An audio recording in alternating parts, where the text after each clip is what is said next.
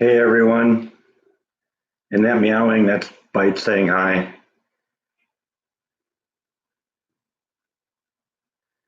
Yeah, here we are again. Day 5, day 6 of the quarantine. I don't know, I've lost count right now. How's everyone doing? There we go, starting to see a few people pop in here now. And of course, we got Bite over there showing everyone his butt, right?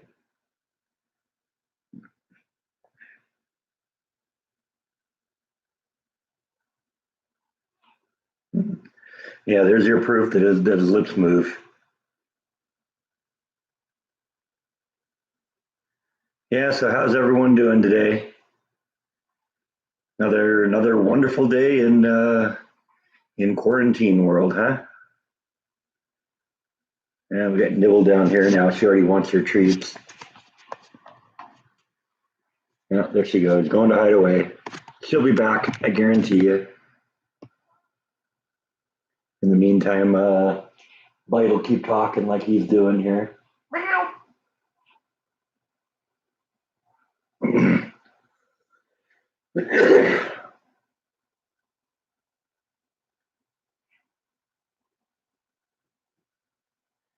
4 a.m. in Australia. Wow, you're a trooper being up for this.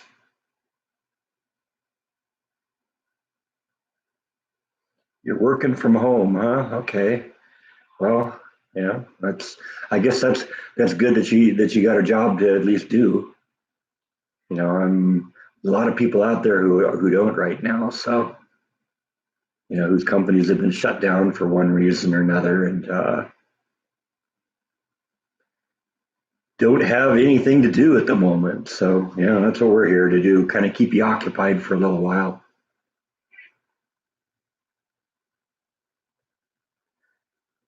And that's basically the limit of Bite's day here is to turn around.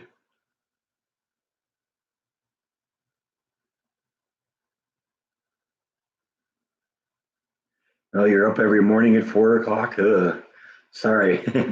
I don't know if I could do that. I'm a night person though, so yeah, those brownies were really good.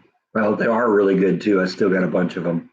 And a bunch of people suggested I needed to share them with my neighbors. I'm probably going to do that because I don't want to sit there and be eating all of them.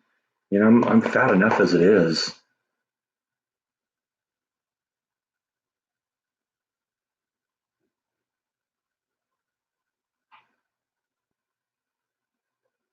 Thanks, Miss Tina. I appreciate that you like watching my vlogs. Yeah, the this job situation is surreal. We're gonna the consequences are going to be more severe based on what the governments do to respond to this than than the disease itself.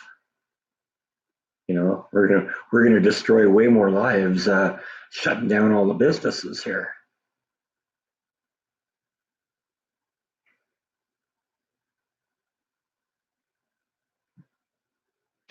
Going after that brush, aren't you?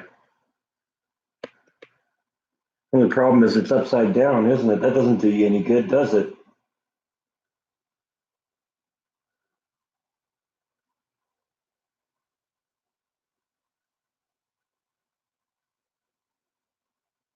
Yeah, for those of us that still do have jobs, it's we all got to be kind of thankful that that's what's going on. How's my mom doing? I haven't talked to her in a couple days, but she's still on lockdown, and I'm hearing every day that California is locking down tighter and tighter. Now I think it seems like they've completely locked the whole state down. So I'm glad you're enjoying them, VNA. I appreciate that you guys tune in every day. Want to do something a little bit to try and help a little bit. we all gotta do what we got, what we can do to help. So, all right, looks like Mike's kind of creeping up behind me now, right?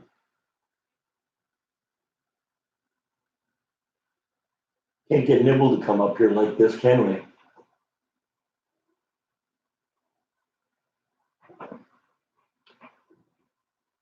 Of course, he's dragging the Christmas lights around with his tail, aren't you? Now he wants to be over here.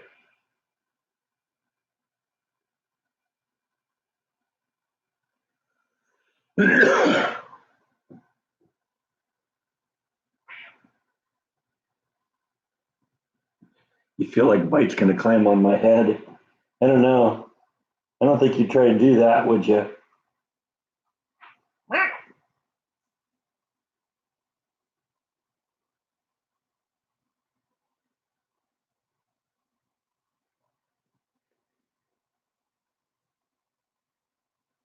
Yeah, I don't remember a lot about World War II. That was a little before my time, but yeah, I got to imagine it was a lot of the same stuff.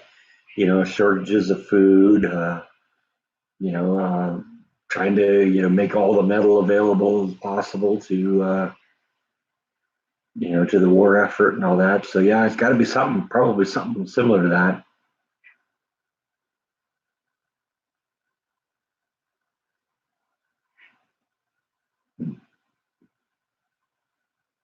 Apparently, you're fluffy, and I just thought you were fat.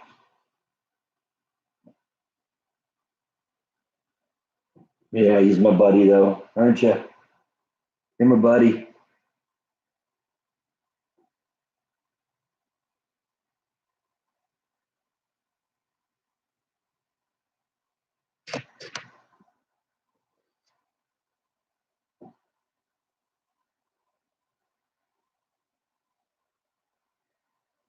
Can't believe that he was feral when I got him. Right?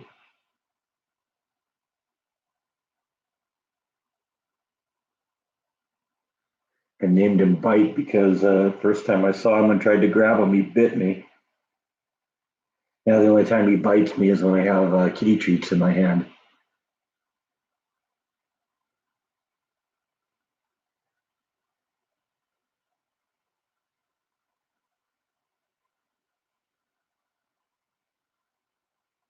Other than that, he's just a great big lap cat now.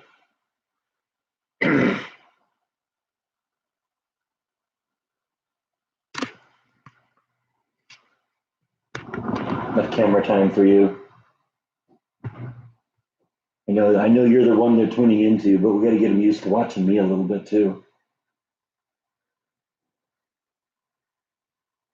Is he purring? Oh yes, absolutely. He's got quite a motor on him. I'm really surprised you guys can't hear that more often because it's just going constantly.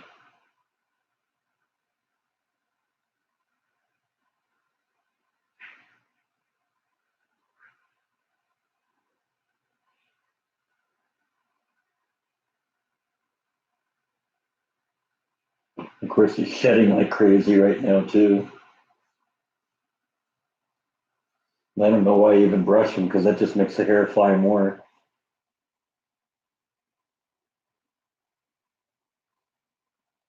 It's like when I start the brush, it's like he says, "Okay, all you hear is just start flying."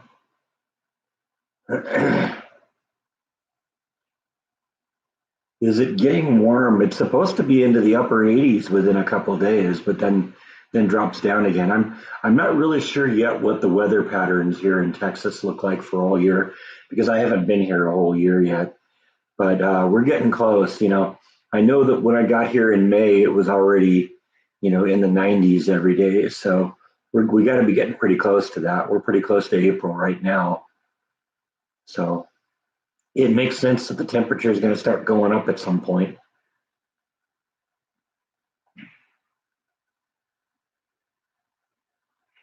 Actually, the other cat is around. She's literally right there right now. It's just a matter of coaxing her into the point where we can, you know, get everyone to see her. Let's see if we can manipulate her here into coming on camera for us. Hey, Nibble. Let's see if we can get her to go right down there. Okay, she's coming behind the chair, so you ought to see her popping right there. Yeah, there she is. There's the kitty. There's the one everybody wants to see. Not the one that bites my fingers.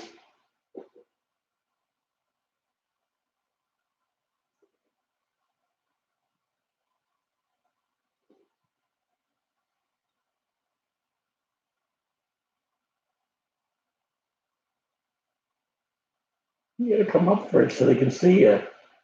Everybody wants to see that pretty face. Okay, well, I guess that's it for now. Sorry, Bite. I know you want more, but Nibble took off, and so that's the way it goes.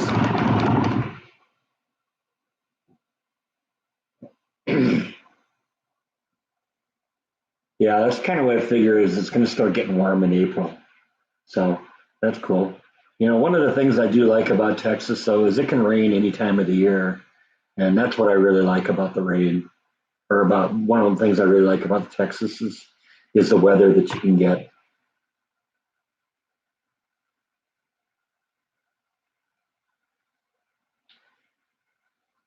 Definitely well cared for kitties. Well, I'll tell you, they haven't missed a lot of meals. Let's just put it that way.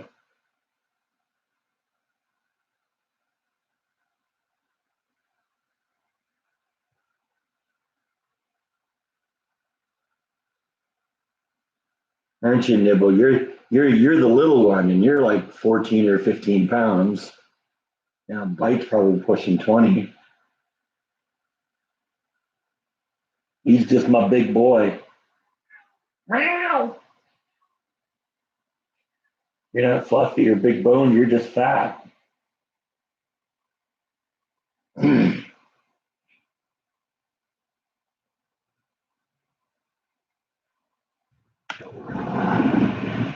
You see, there he is, back on the camera again. Aren't you? You're just a camera hog, aren't you?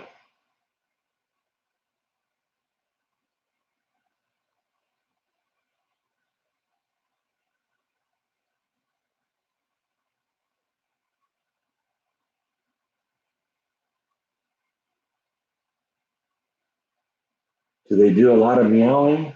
Um, Usually only when I'm down here talking, and usually if I meow at them, they'll meow back, right? Meow, meow. Other than that, the only time they ever meow is at like 3 in the morning or something like that. Then they'll walk around the house and go meow, meow, meow. They were doing that this morning. That was you this morning, wasn't it? Like 4 a.m. this morning, walking around the house meowing like crazy.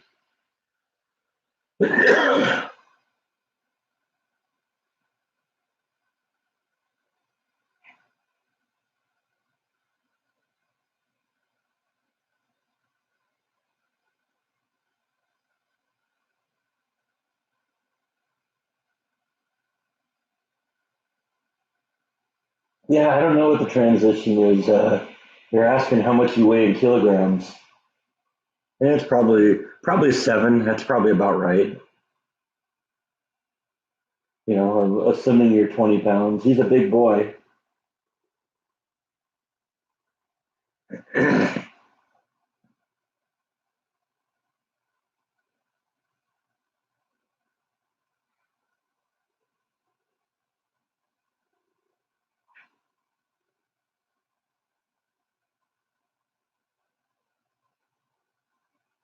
It's 6 p.m. in London. Okay, that's good to know. Yeah, yeah. I try and do these a little bit earlier in the day, you know, so that people overseas can join in too. Although the downside is like, you know, like when our friends from Australia are coming and it's like 4 in the morning there. So I don't know. Can't You can't please everyone, I guess, right?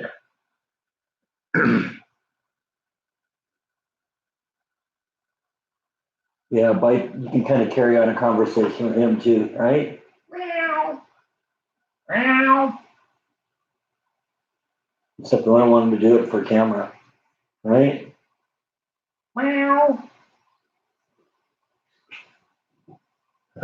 Nibble's answering now. I think she's coming back for some more kitty treats here. And she hears the meowing. Yeah, there she is, peeking around the chair.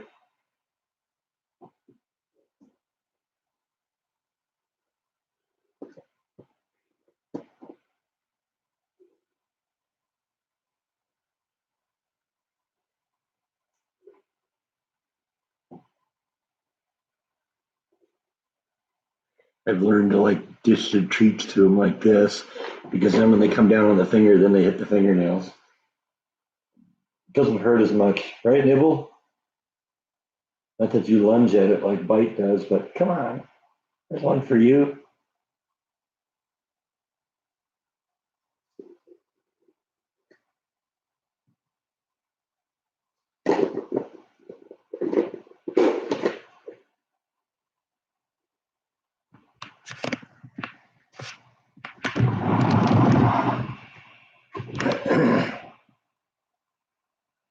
9.5 kilos. Did you hear that, Bite? Yeah, you just gained 2.5 kilos. Did you know that?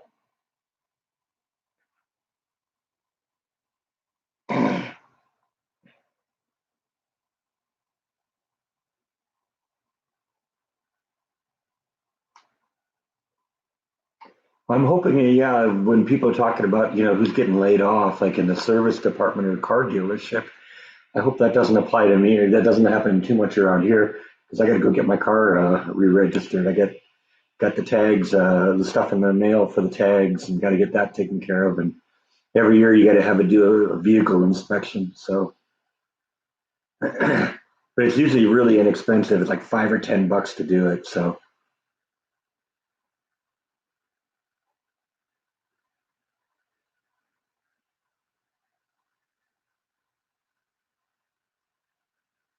does Nibble like to jump on the couch? She'll get up on the couch when I'm not here. She's not quite to the point where she's ready um,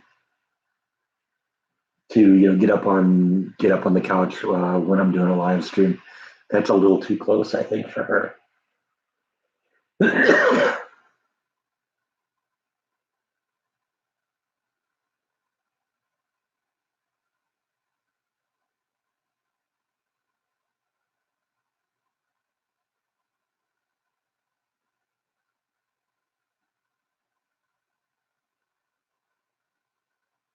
Yeah, I'm thinking probably what I'll do is I'll end up trying to go out and see if I can get my car inspected today. Today's a good day to do it. Maybe we'll turn that into a vlog. Going to get the car inspected. That's just part of the joys of all this. That's sort of what this vlog has turned into is kind of a journal of my life. So, you know, all the weird things that are going on. That's what you guys are gonna see. It's all real because that's who I am. Yeah, well, I don't know if it's necessarily camera shy. She's just really antisocial, I think is the word.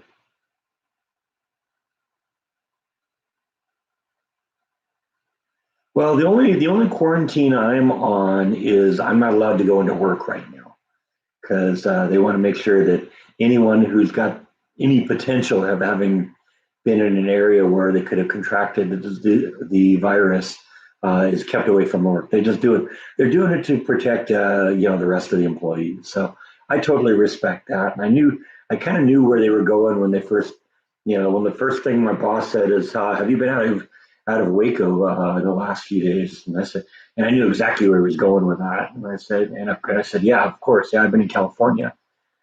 So I can leave the house. That's not any. There's you know nothing that I can't do. The only thing I can't do is go into work right now, and I won't be able to go in until I think the 2nd of April because that's when the 14 days is up. So far, I'm symptom free, so I don't expect I contracted anything. But better safe than sorry, right?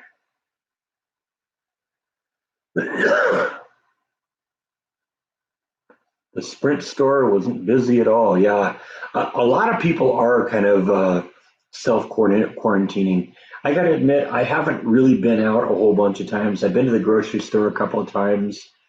Um, I actually had heard some people talk about how Walmart was maybe a place to go.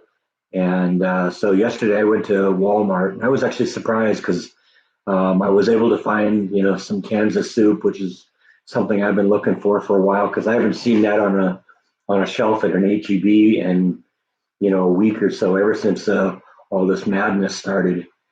And they also actually had toilet paper too. They were bringing toilet paper out on pallets right when I was there. So, you know, I don't think the guy even got a chance to get them onto the shelves though. People were just grabbing them off the pallet. It's insane. I'm not worried about it though that much, be though, because even before this was going on, I was toilet paper was one of those things that I always just kind of bought in bulk and then stored because it's a non-perishable, and so it'll last for a long time. So the toilet paper I bought, I probably bought 6 months ago, and like I said, I just buy it in bulk and get more when I need more. So there's no need for me to do any binge buying or hoarding or any of that stuff. I wanted to have a couple of cans of soup in the house just in case, but all the necessary stuff. I could probably survive not going out of the house at all for another week, but that would drive me a little stir crazy. So I don't know. I'll probably go out and do some stuff. Like I said, I want to go out and get my car inspected so I can get my tags updated. Yeah, I gotta grab that flash video and put it on the daily vlog.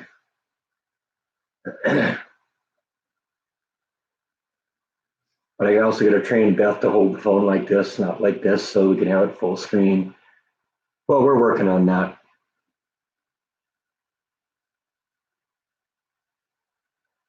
What I had to do is have help Beth set up her own YouTube channel. Then she could upload the videos to that. Then I could grab the videos high def right off of her channel and put them on mine. Because the problem I run into is if she sends them to me, she sends them like through Facebook Messenger or something like that.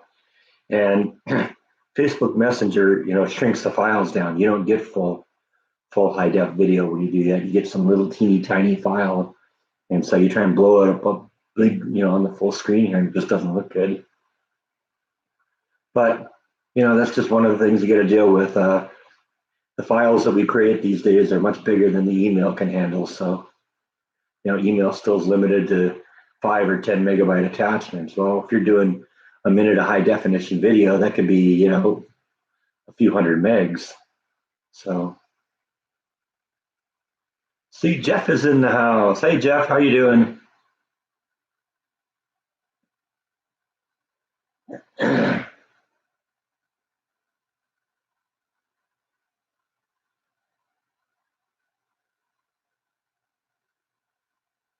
A 20x optical zoom. Okay, well, we'll talk about that a little bit. There's two types of zooms on cameras today. You have your optical zoom, which is done with lenses, and you have your digital zoom, which is done digitally, where they're interpolating the pixels and zooming in on that. The optical zoom is better because you're not really losing any resolution, but the longer your zoom length gets, the less light you're allowing in. So you sometimes have to compensate by opening the iris to do that. Usually the best bet is to avoid using the zoom if you can. But if you are going to do it, do the optical zoom and try and minimize it as much as possible. If you only need to go 10x, then go 10x. Because, like I said, the more you zoom in, the less light's get into the aperture.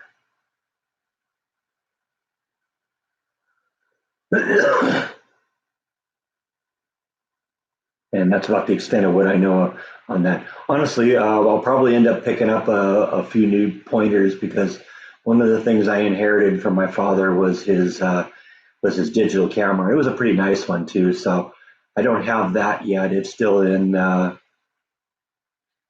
California. I don't have the ability to get everything back here yet, but we're kind of working on that. But I'm gonna have to learn a few things. Hey, John Yarborough's here. I haven't seen him for a while. How you doing, buddy?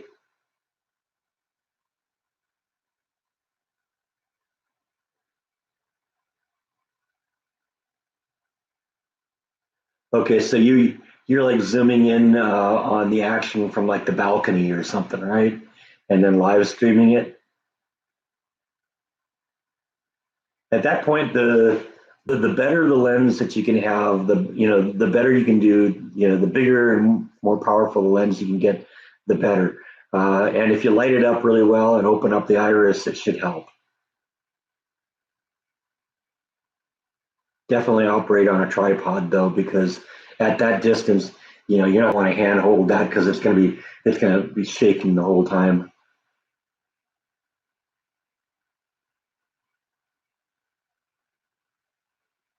But you can do it if you light it well and if you open up the iris, you'll be able to figure it out. Is 20x enough?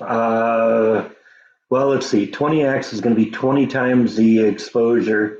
So if I'm doing the math right, it's going to look like if you go in 20x at 85 feet, that should get you into like, on the equivalent of about 4 feet away. So yeah, I'll probably be fine. Unfortunately, I don't know cameras well enough to know how good that is. Is that an XLR type or one of the? Is it? It's not a video camera per se. It's like a SLR type uh, camera, I assume, with like interchangeable lenses.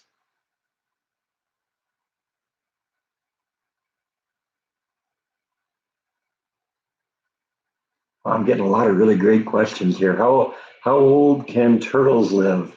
Some of the big Galapagos, big giant tortoises you see can live to be a few hundred years. Um, I actually found out exactly what species Flash is when I was at the funeral because it turned out there's a friend of mine who's a biology teacher, who's an old friend of the family, who babysat Flash 10 or 15 years ago for a short time while I was trying to breed her, and he had other of her species and or other of her breed, I guess, and he identified her right away as what they call a gopher tortoise, and but I didn't remember what it was, what he called her. So I asked him again, and once I learned that, this time I started looking it up and trying to figure out exactly how old we can expect her to live. And they say normally in the wild, a gopher tortoise will live 40 or 50 years, but in captivity they can live up to 120 years. So I think she's probably 60 or 70. So it's very likely she'll outlive me.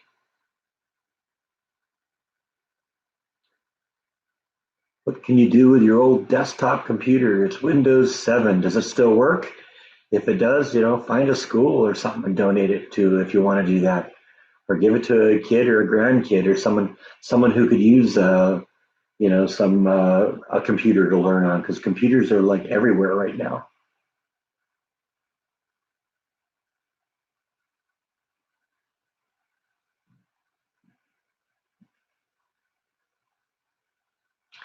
That's cool, John. Yeah, I'm glad to see you again. It'd been a while, so I appreciate your comments about my father. I was sad, but he's not suffering anymore now, so that's really good. We're thankful for that, because my mom was saying the other day that she doesn't think he would have survived this whole virus thing going on right now. So it's probably good that that he went where he did when he did, because who knows what would have happened with him. So yeah, that's another thing. You can give it to Goodwill. That's a good option too. Yeah, I like Windows 7 too. Windows 7 has its advantages. It's funny though with Windows, it's like every other version. It's good and bad, and then it's a good one, then a bad one, then a good one. Because and that's gone back all the way since the beginning, really.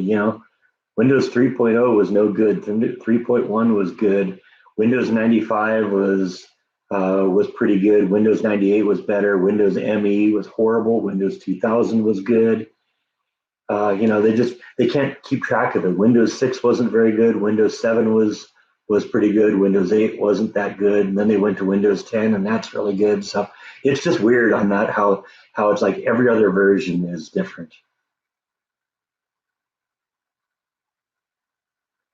My mom has actually been dealing with it okay, in the weeks, building up to his passing, she'd said a couple times, it's just we're to the point now where it would almost be a blessing if he did pass, just because he's so miserable. He hates being in the hospital. He's in pain the whole time, and you just don't love to see, you don't like to see a loved one suffering the way he was. So, as sad as it was, we knew it was coming, and um, the suffering is over now, and that's the best that we can now hope for at this point, because he was never going to recover. It just he was in and out of the hospital half a dozen times in the past 6 months, maybe more than that. He spent half of that time in the hospital or in rehab facilities, and my mom wasn't really, you know, my mom wasn't really in a position where she could do a whole lot for him. So how long were my parents married? They were married for 56 years. Long time. All right, Bill. Well, we're just starting here. We're 30 minutes into this, so stop by if you feel like it. We'll still be here.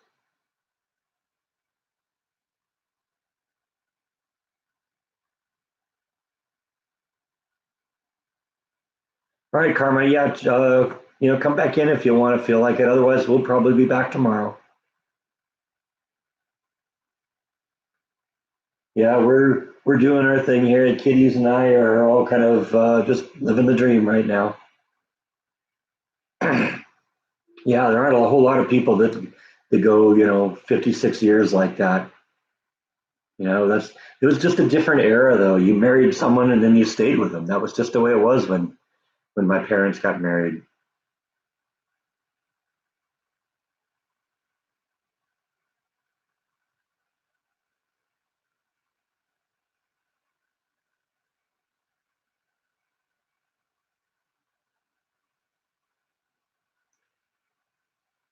Yeah, yeah. My mom is in a safe place. It's a little frustrating that she's locked in her apartment right now, but you know what? That's something that sometimes has to happen.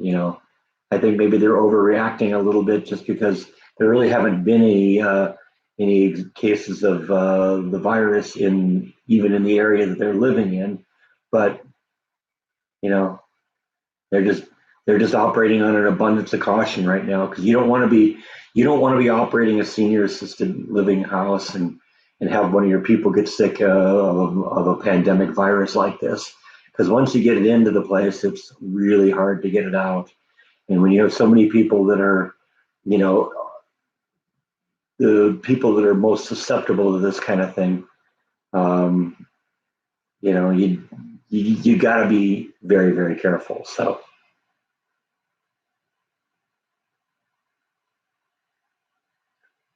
yeah, like I said, I think it's a little overkill, but I understand what they're doing, and I'm not gonna fight the issue too much.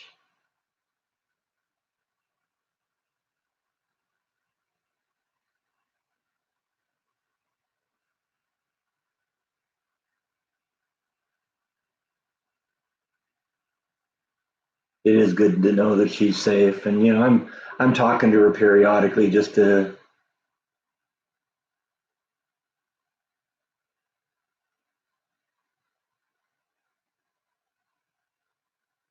Oh, I never heard about what happened. Yeah, I don't know. Nobody's ever talked about it. I've never heard anything about that. I am convinced that somebody died. Um, I don't know. It must have been one of those things though that that it happened during the night and nobody found out about it until the morning, because I didn't hear any commotion until I began, um, until I started hearing people screaming and crying outside the front house in the front of the apartment. And like I said, There were police going in and out of the place. There were forensic investigators going in and out of the place, but I never heard exactly what it was. I don't know if it was a case of like domestic violence or or just someone ODing or just a natural death. I don't know. I have no idea. Although I don't think if it was a natural death that they would have had forensic investigators. There was something suspicious there, but I never heard exactly what it was.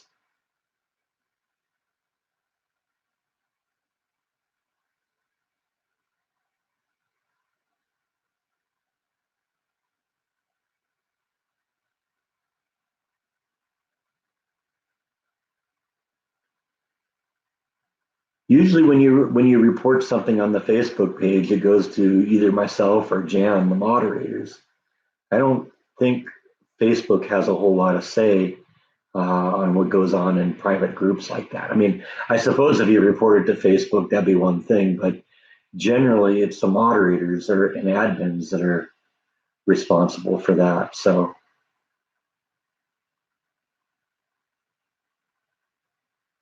you really like the bites and nibbles segments, yeah. Well, I like doing them. It's just right now it's a little hard to get the ingredients to cook things because nothing's in the store. That was why I did the brownies the other day because I figured that would be easy to do. Um, and even it was a bit of a challenge because I had to go run around looking for the sugar, but we did eventually find it. Yeah, I guess I didn't see which one it was specifically, but I know I've pulled down a couple things. Usually when I pull something down off the page, it's because it's one of those, hey, you don't have the rights to show it, and then it's a dead link or whatever. And at that point, I usually just delete those. But other than that, if somebody's like getting, you know, aggressive or rude or something like that, I'll go after that. But for the most part, Jan is in charge of that. I am an admin too, so I can go in and do anything, but anything there that can be done. But I'm primarily leaving it to Jan to take care of. I'm actually kind of interested to see what you said. If you offended people, those are usually the best ones. Have I done the Branch Davidian site yet? No, but I think I want to do that pretty quick here. My channel is growing right now, and I have my first video that's going to probably hit 10,000 views probably in the next 24 hours. I'm getting a couple of my videos being pushed by YouTube, and I think it'd be a great opportunity to like hit with another big important video like that. Just kind of strike while the iron's hot. So I may do something. In fact, if there's a reason why I wouldn't do a daily live stream in the next week or 10 days, it's because I would be out doing something like that. But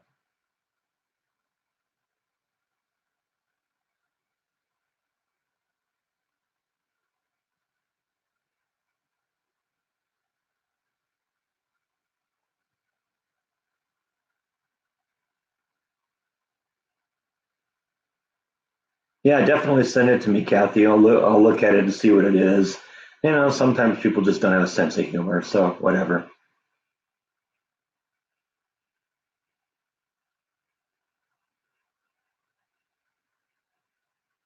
Or it rubs someone wrong, some rubs someone the wrong way,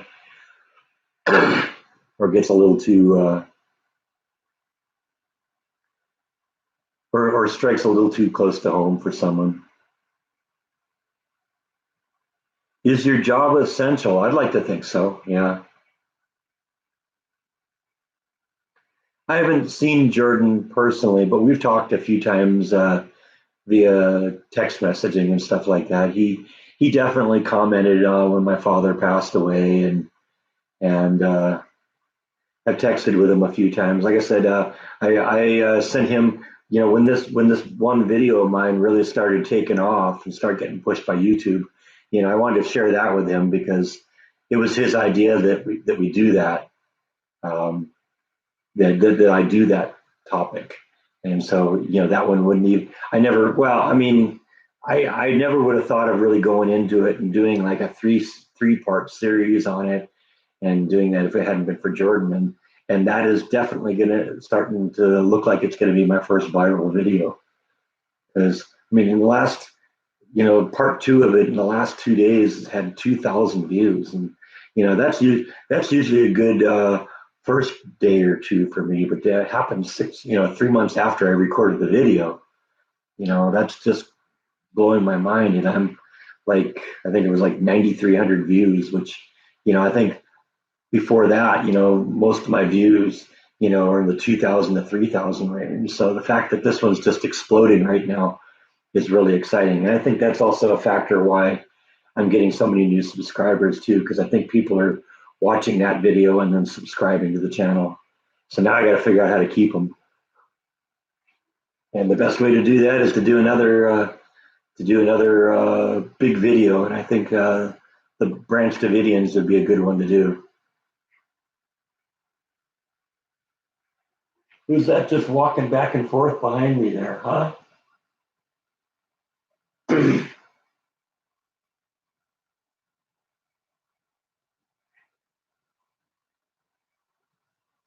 Yeah, I think YouTube's recommending the JFK videos to a lot of people, and that's what's happening. Which video do I mean? About 3 months ago, back in December, I did a three-part video on the JFK assassination. The first day I was in Dealey Plaza, and I went through the Texas Book Depository and went to the museum there and showed you a bunch of stuff.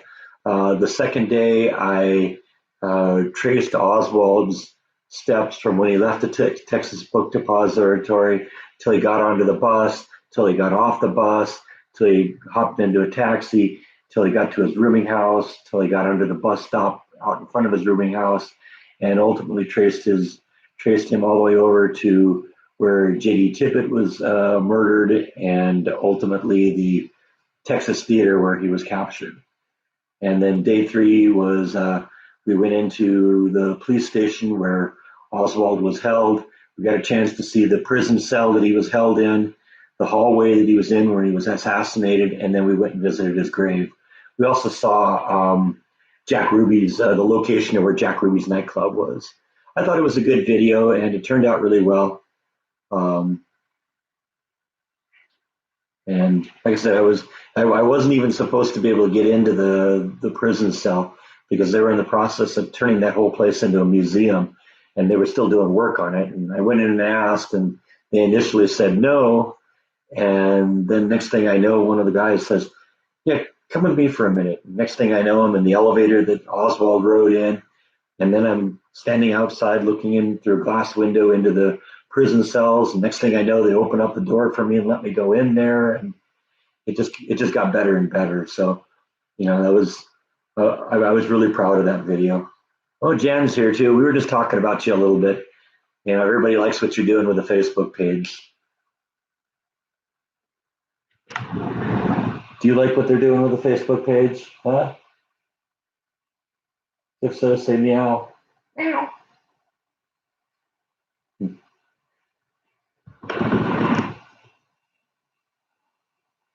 A bite needs to learn how to walk on a leash, because right now it would be a drag, not a walk. But yeah, he definitely needs some exercise, doesn't he? Because he's a big fatty.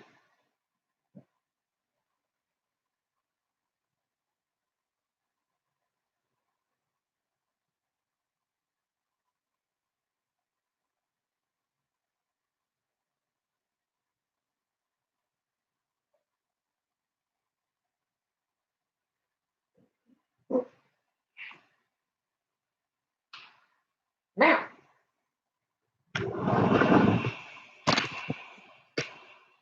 Meow.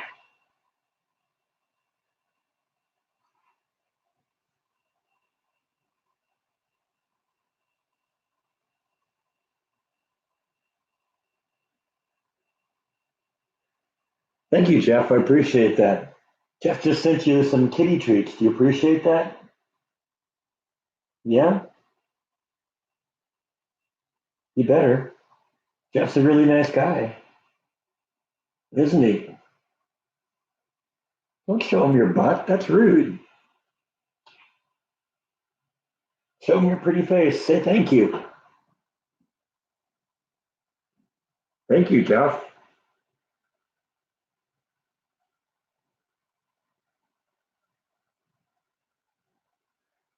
Look at those eyes. Like, what are you doing to me?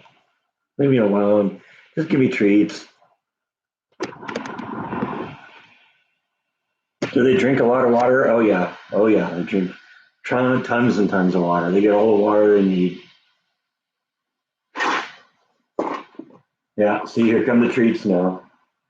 Come on, come over here so they can see you. There's Nibble coming down too. She wants hers.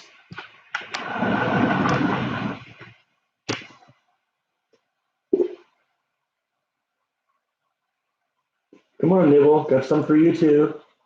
You gotta come over and get them though.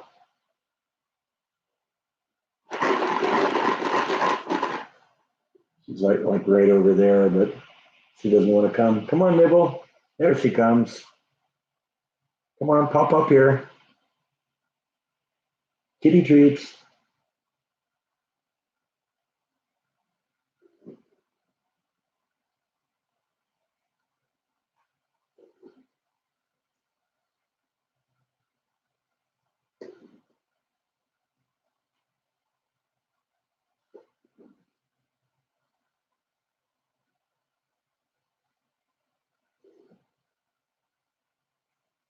Ow, that's my finger, dude.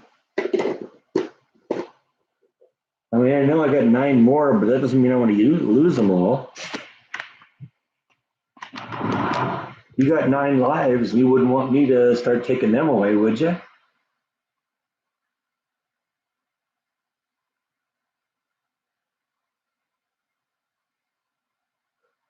You got your cat one of those exercise wheels. She used it every day to nap on.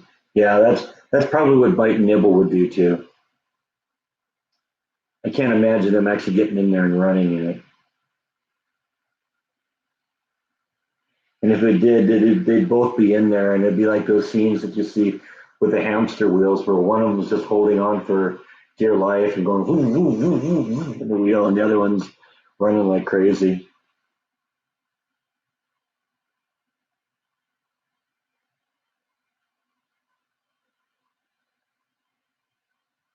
The day is going much faster at home than at the office.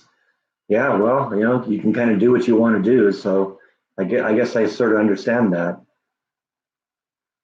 Office can get a little boring, but then there's people like me that really have been out of work for really, when you get down to it, more than a year because even though I didn't officially quit Disney until July, the job kind of quit me last January, more than a year ago. So while I have been working a lot in terms of, getting the house ready to sell and selling the house and moving out and moving out here and, unloading all the pods and getting all the stuff into the storage lockers and vlogging and all that fun stuff, it's still nice to, be able to go in and do something. I was just getting to the point where it's like, okay, now I got like a daily job. This is going to be great.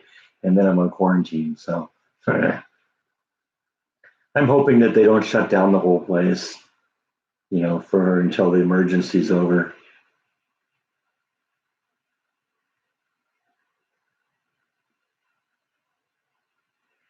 All right. Looks like Tracy's checking out for a little while here. We'll be going for, about an hour more, maybe a little more. So if you feel like stopping in again, feel free to do so. Otherwise, I'll be back tomorrow. Yeah, exactly. I was just gearing up for work, and then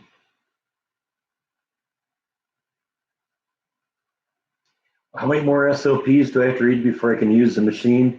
Oh, probably about 80 of them. But like I said, I talked to my boss about it, and he kind of agreed that it doesn't make a lot of sense to read the SOPs about the machine until you know what the machine looks like. So I think what they're going to probably do is push all those SOPs back a ways, until I've actually had some on the job training, actually working with the machine, because then I can go back and read the SOPs afterwards and kind of understand what's happening. When you have an SOP that just says press F1, then F9, then F6, then S12, and then S14, it's like, why? that means nothing. And when there's 50 different sequences that are all different combinations of the function and whatever the S keys are, you don't know what if you don't know what those individual buttons do, you're not going to remember any of that. You're not going to retain any of that. Yeah, yeah, you're right, Jan. I'm definitely lucky on that front, that I'm getting paid.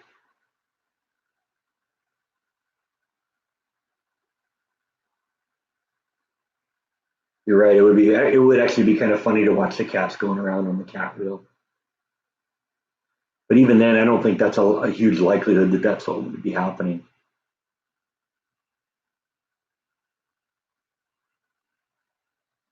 Yeah, there's people that consider Disney their dream job, but I think there's a lot of people that just um, really buy into the whole Disney mentality and buy into the, hey, this is a real magical place and all that and all that. But you know, I guess I never really believed in the magic, because even when I went to Disney when I was a kid and I'd watch the parades, I'd always been looking at the floats and saying, okay, I wonder where the driver is. Because even then I knew there had to be somebody driving.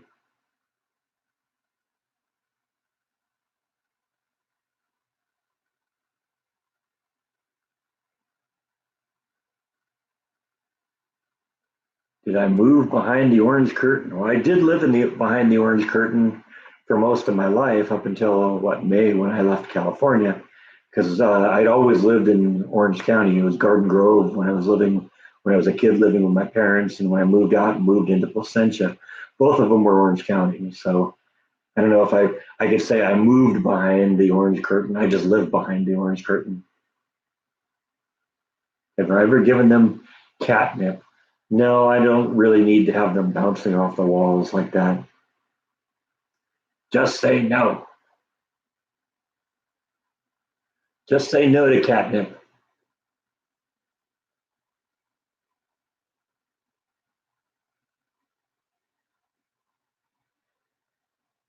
Do you think all Disney employees are being paid during the shutdown? That's what I've been told, is that they are. So I don't know. I don't know if that's true. I've heard it from a few people who I know who still work there. So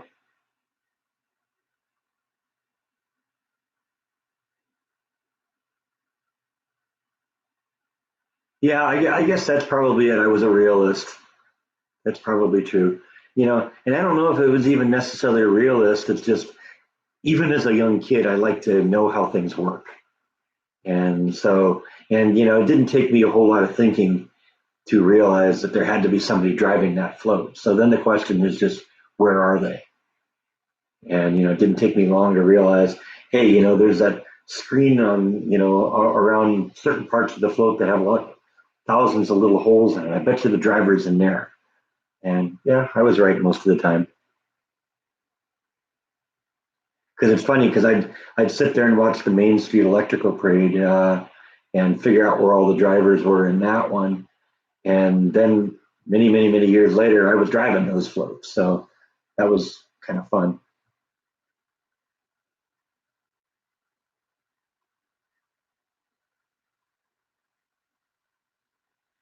Nancy's going to the grocery store here. Who needs toilet paper? Raise your hand, everyone. Are the police officers nice in Texas? I don't know. I haven't had any run-ins with the police.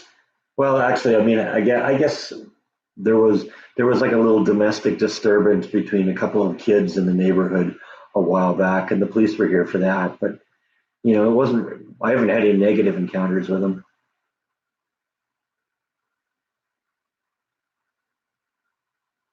Yeah, that seems to be what they're doing with a lot of places. They're just leaving the drive-throughs open. They're doing that with all the restaurants here, so it doesn't surprise me they're doing it with banks too.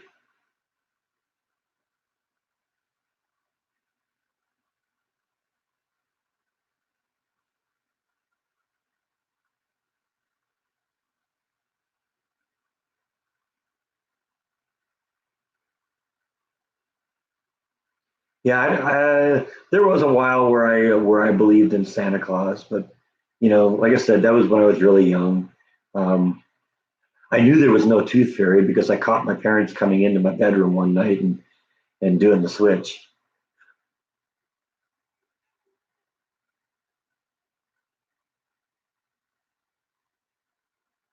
Yeah, well, and don't get me wrong, Kathy, I enjoyed working at Disney. It was a lot of fun. It's just if the management doesn't like you, you don't go anywhere. And I spent 11 years in that place and had nothing to show for it. And so that was why I left. I loved what I did. I loved driving the floats.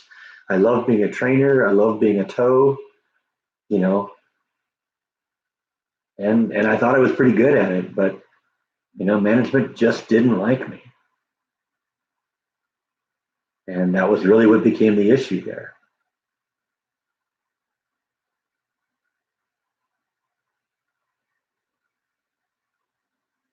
Yeah, sorry, I didn't mean to break that to anyone here that there is no Santa Claus, but I did put that this. I did when I set up this video initially. I did say it's not for kids, so you know, sorry, you were warned.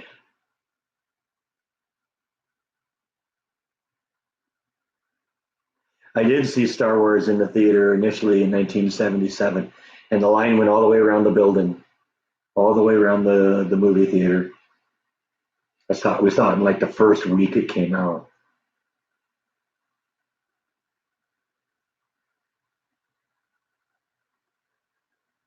And I still like the Star Wars, although the later ones aren't I don't think as good.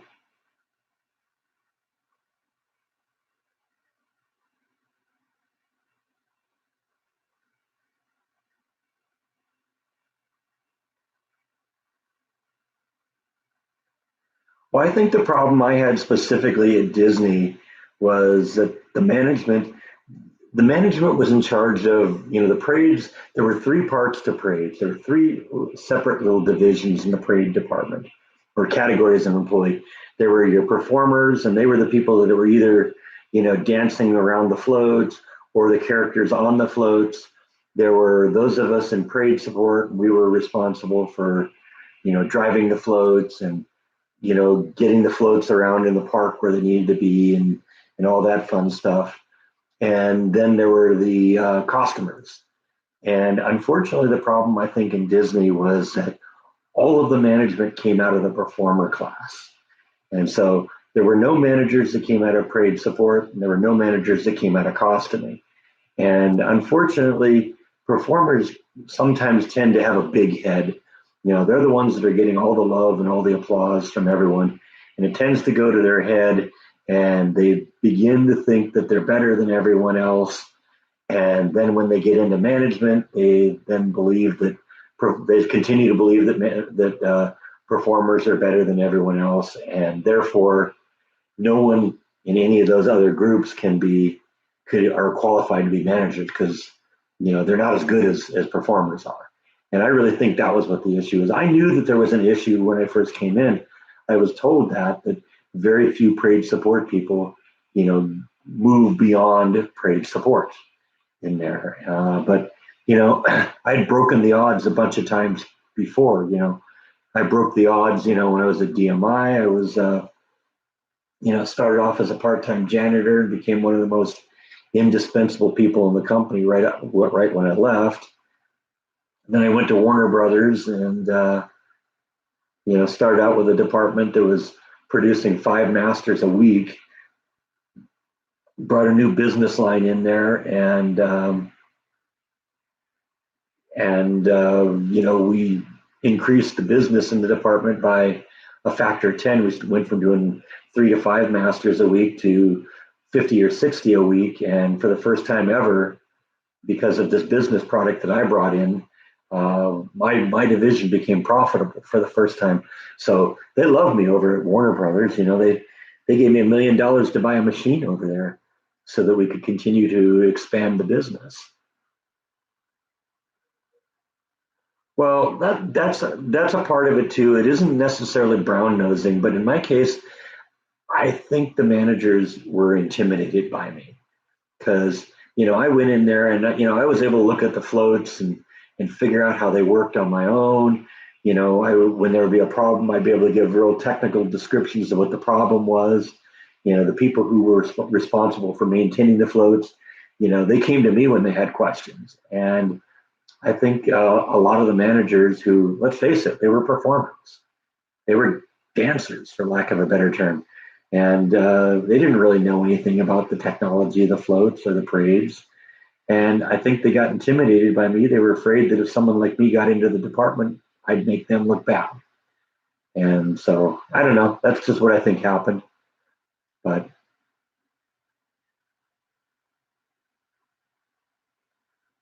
I'm a little behind on Jordan's vlogs. I haven't really been doing a whole lot of watching of vlogs lately. Ever since basically the funeral and all that stuff, it's just been there's been so many other things going on, and now that we got this weird pandemic thing going on here, and I'm doing daily live streams, that's just taking a little bit of time. So, what I often do that with Jordan's videos. I'll fall a little behind, and then I'll binge watch and catch up. And I'm in a falling behind stage right now.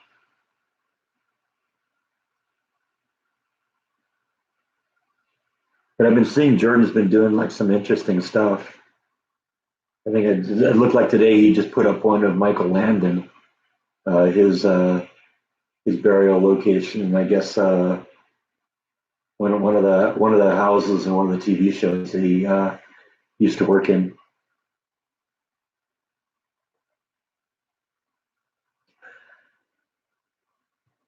Yeah, now's a good time to do the binge watching though, because when you're stuck at home, you can do that.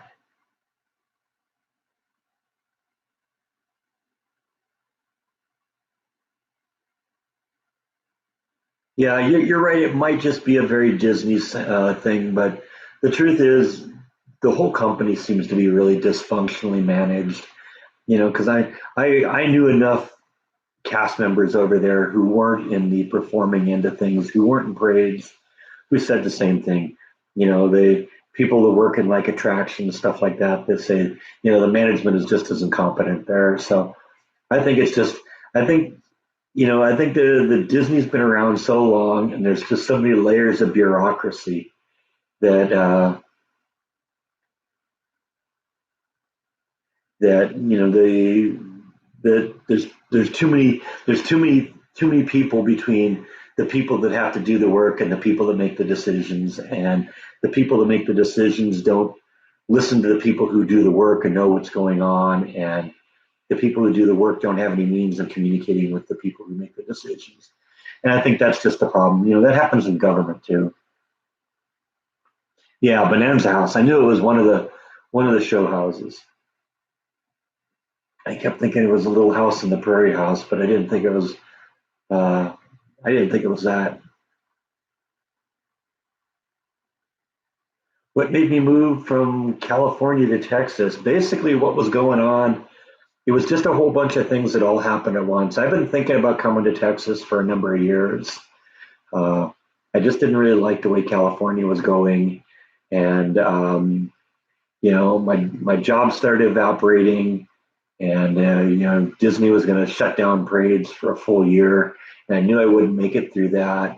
And they were offering opportunities to transfer to other departments, but I didn't really want to go into another department there and start all over again. And I was on the verge of losing the house, because now that I had no income coming in from the job, I wasn't going to be able to continue um, you know, paying for a house. So I made the decision, about a year and a half ago. It was in the summer. Last summer, a year ago, last summer, I made the decision that I was that I was done, and made the decision I was gonna fix up the house, sell it, and that I was gonna move to Texas. And there were a whole bunch of reasons that had me choose Texas. One of the things, I lived in California all my life, and I really wasn't into the weather that was there. Yeah, okay, fine. There's a lot of fun things to do in California, but I got to a point in my life where, I'd seen everything I wanted to see there, and I kind of wanted a little bit slower life, and I wanted a place where there's a little bit more weather, a little bit more seasons, and I picked Texas. And I knew I wanted to live in Texas, and I literally looked at Google Maps and the satellite view of the state, and I saw, okay, the west side of the state is very dry and very deserty, and the east side of the state is very green and lush. So I said, okay, I want to live on the east side, where it's all green and lush. And then I just went and looked for cities that I thought were big enough to, have nice, industry. And I picked, five or six cities that I saw that I thought were good. And it was Dallas, and it was Fort Worth, and it was Longview on the real extreme east side of the state, and it was Waco. And about a little over a year ago, I took a few days and I flew here, and I literally visited all of the cities, and I fell in love with Waco and decided that was where it was going to be. And here we are. And so far, I've been really happy with it. I love Waco. I love the people. I love what's going on around here. And so far, I'm really happy with the job I got. So, so far it's been a win-win.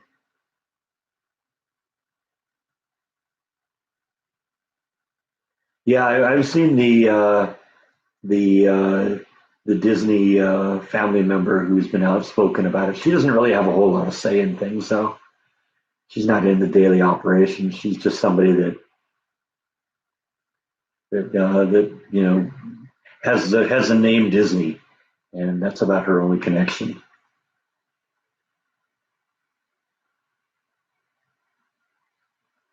Well, see that, and that's one of the things I was looking for. I love it when it rains. I love a good thunder or electrical storm.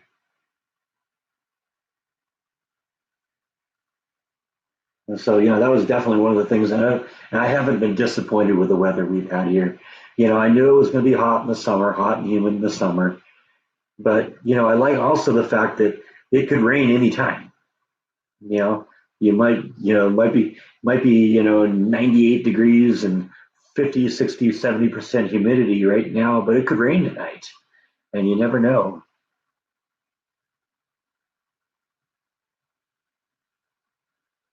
Yeah, I have not regretted coming here once.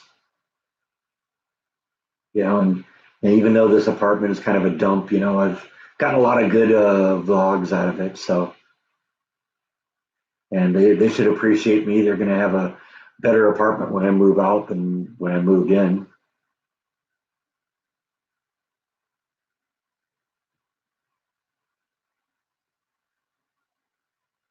Yeah, you're right about the haircuts. I saw a meme on the internet the other day showing some person with, like, they've been cutting their own hair now for several months, and they just completely made a mess out of it.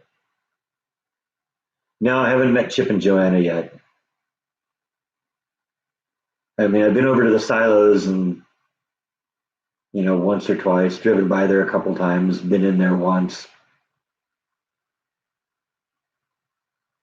Texas is a beautiful state, and I love how close I am to Lake Waco, and there's rivers here, and I like the, that was another one of the things that I didn't like about California. It was so hard to get away from it all. You had to drive, um, an hour to get out in the middle of nowhere. Here, you can drive 10 minutes in any direction, and you're out in the middle of nowhere. I love that. Have I been on a go kart? Not in many, many years. I remember doing them though. They were fun. Yeah, that's not how it's done. Absolutely.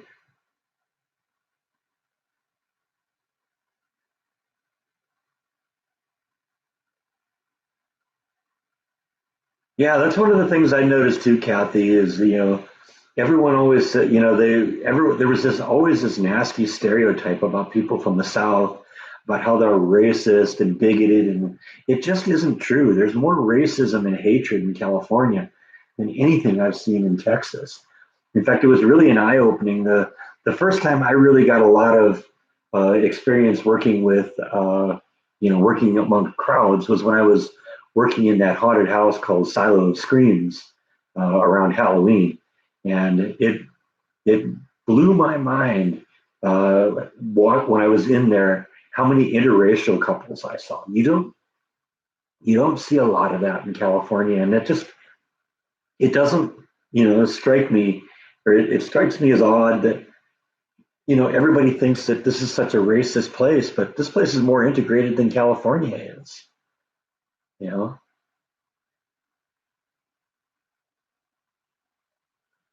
yeah, yeah, I know that was the Waco tragedy. Yeah, that was that was one of two things that I knew about Waco before I moved here.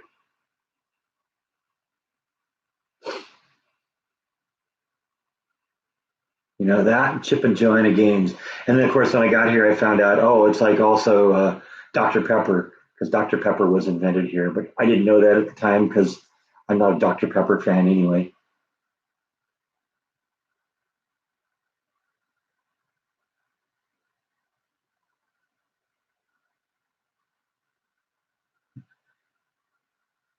You saw a meme where the barber shops were closed, but the dog groomers were open, and the guy looked like he was a poodle. Yeah, totally see that. Yeah, I would like to get my mom to come visit when I get a house. It'd be great if I could get her to move out here, but I don't think she's going to do that. She doesn't want to move.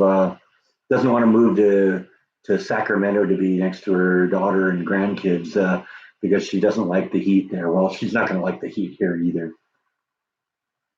Your birthday is on Halloween. Oh, that's cool.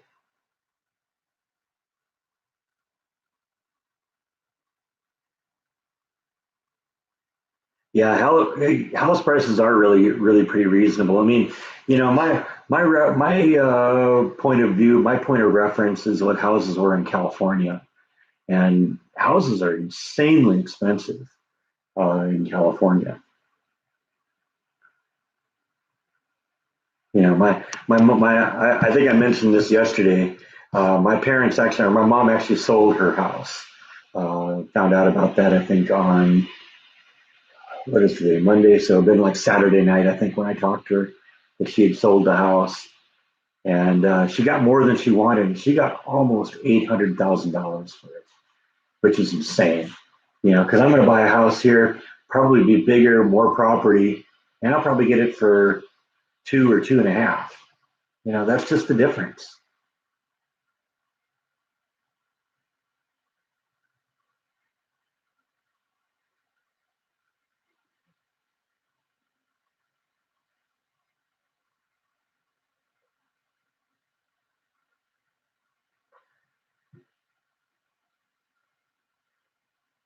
So, anyone else got anything to talk about here? Yeah, I guess we can do a Facebook plug again. If you're not on the Facebook page, go check it out. It's called Escaping the Mouse, and Jan and I are admins. So, Jan is basically running the page, and I stop in periodically and post some stuff. And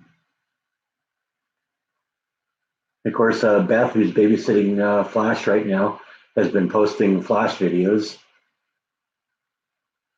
That really sounds kind of nasty, doesn't it? Flash videos, yeah. All right, you get a bunch of people coming in there for the wrong reasons.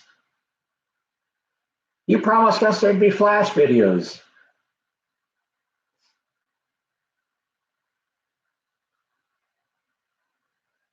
What are the cats doing right now? Well, Bite is sitting right there, and I'm guessing that Nibble is on the stairs behind us, waiting for the kitty treats to come out. Let's see if we can get her to come down again. That usually gets her attention. Yep. Yeah, she was just sitting on the stairs, so now she's coming over here. Let's see if we can get her to come up for some kitty treats. Maybe she sees Bite eat one. Come on, Nibble. You want one? Got one for you. But you got to come and get it. Nummy, nummy. Well, Bite's going to get it from you.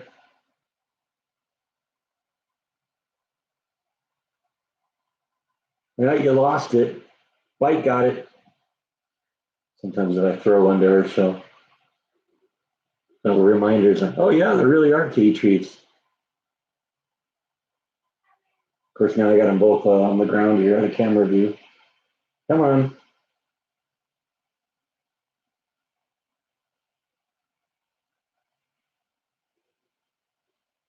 And she's coming around the chair now, so you'll probably see her right there. Yep, there she is.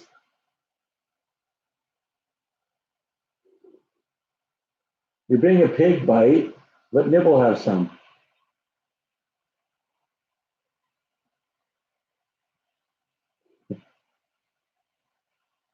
She's still really a little timid.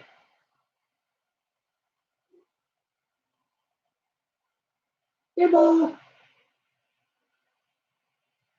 No, that's for her.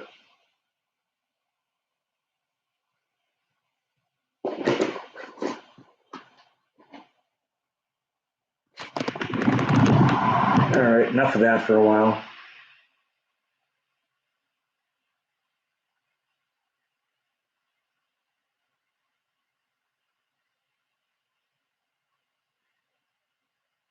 Yeah, I was yeah, I lived in, like I said, I lived in California my whole life, and housing prices are always bad. What I paid for my house in '96 or '96, it was '97, I think. Uh, I can almost buy a house for that now here. I paid 186 for my house in '97. So, it's just kind of the way it works sometimes. The certain places they do all sorts of things that make housing prices expensive. And a lot of it's the taxes, and a lot of this is the, hey, you can't build here because this is federal land and all that nonsense. So, you limit the amount of area that's available, and then you get a bunch of people that don't want anything built in their backyard, and that's what happens.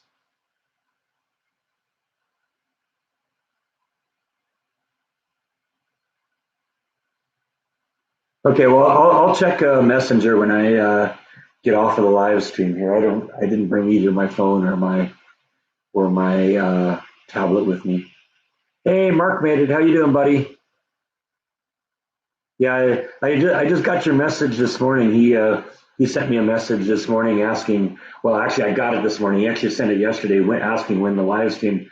I think yesterday was, but it was already over when I got it this morning. So I said, "Yeah, there'll be one today." I've been kind of doing them every day about the same time. So, that's what we're gonna do. For the time being here, at least until I go back to work on April 2nd. I'm gonna try and do one of these every day. So, stop in if you just need someone to talk to. I'll be here. Am I a fan of Psycho or other Hitchcock movies? Yeah, I've got Psycho in my collection down there. I'm a fan of like The Birds and some of the more you know some of the bigger, more popular ones. I like those. I used to be a huge Twilight Zone fan, and there'd be the Twilight Zone, in the afternoon when I'd come home from school. Twilight Zone would be on, and then Alfred Hitchcock Presents would be on, and I'd usually watch both of them. But I was more Twilight Zone than Alfred Hitchcock. Yeah, I'm glad to do these daily live streams. It gives me something to do too, and it enables me, even though I'm not sick or anything, it enables me to do something and still stay home and get something accomplished. So,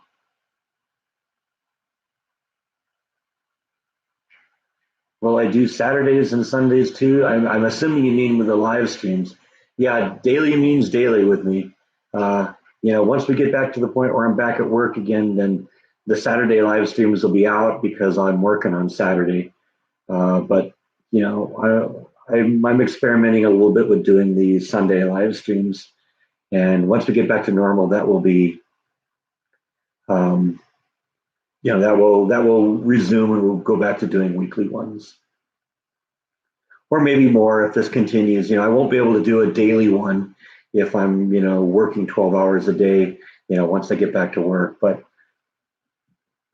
if this shutdown continues longer, and people are still quarantined in their houses, stuff like that, um, then maybe I'll do a couple a week or something like that. We'll just kind of play it by ear. Yeah, I never saw Bates Motel on A&E.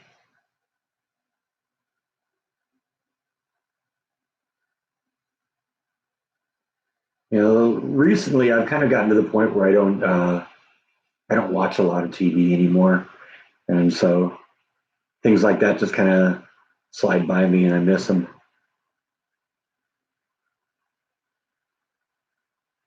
I do want to have an apartment or have a garden. That's one of the things I want, a big yard. I don't know if it's going to be a garden where I'm like growing vegetables but I might do that too. I don't know. It might be fun to grow some of my own veggies and see how that works. Definitely a good thing when if we get into another pandemic, right? Hey, I'm growing my own tomatoes. So hell with you guys. But I love growing things. I had all sorts of nice flowering plants and stuff like that. I always loved stuff that was like, that attracted bees and hummingbirds and stuff like that. And definitely probably have like a bunch of bird houses around the yard because I love birds too.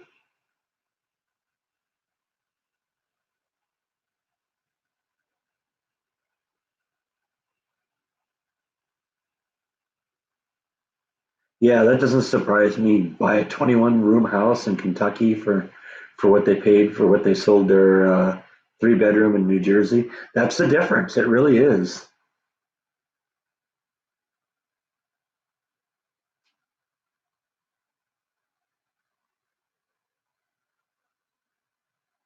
Yeah, I don't know if I'd want to move to Vermont though.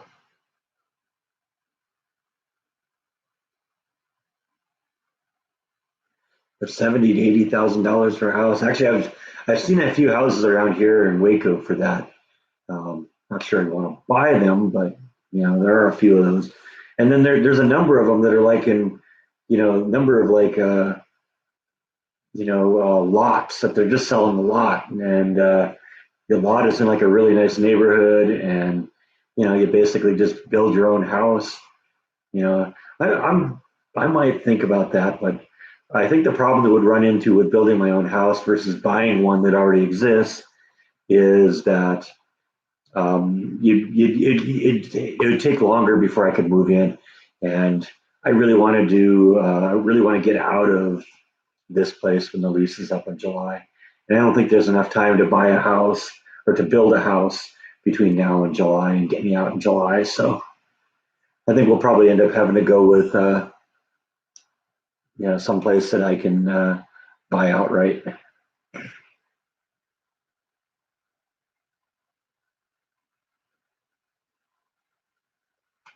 Never tried cooking okra. I've had it a few times in the store just because, or in restaurants, just because I was curious to what it was.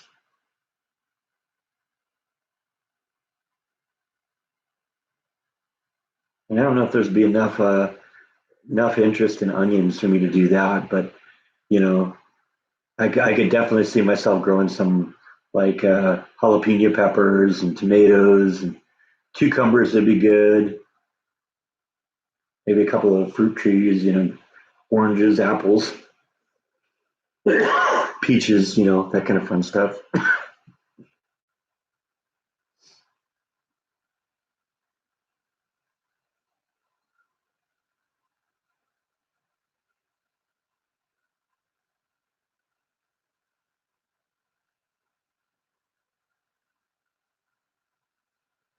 Decided to try and buy a house in North Carolina instead of California. That's probably a good move.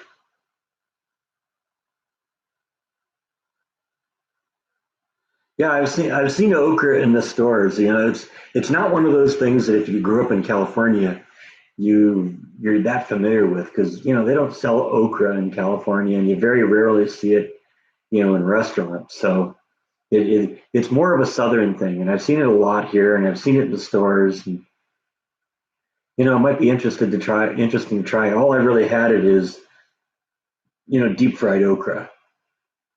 And, I gotta say, I don't have a problem with it. It reminds me of like zucchini, in terms of flavor. And, I don't have a problem.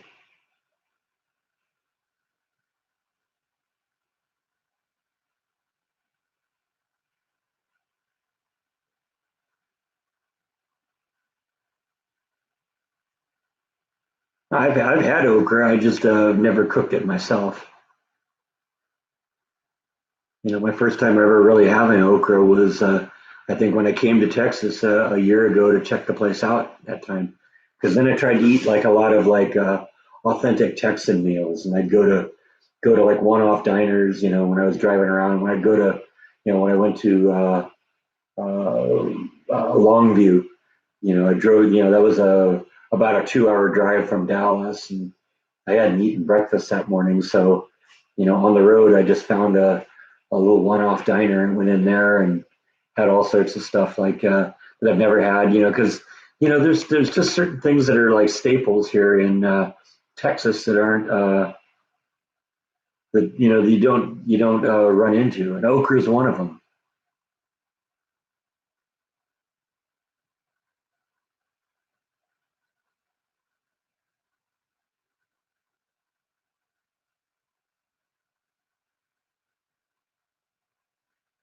Yeah, I haven't had a problem at all with okra.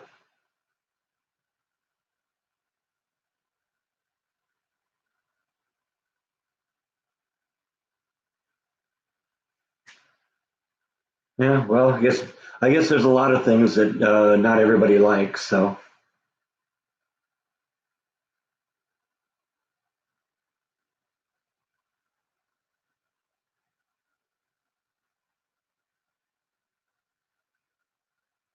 wasn't the Alfred Hitchcock movie Strangers on a Train sort of the inspiration for the movie Throw Mama from the Train?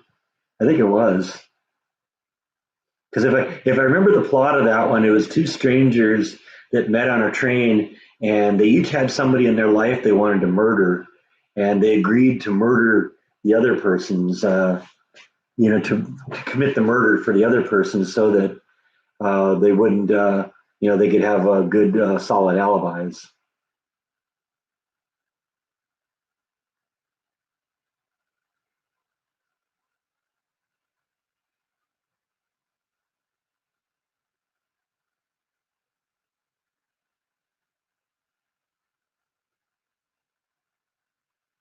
Yeah, I'm a real fresh fruit person, fresh vegetable person. I very rarely eat vegetables or fruit out of a can. I'd rather that's something I've been doing for a long time.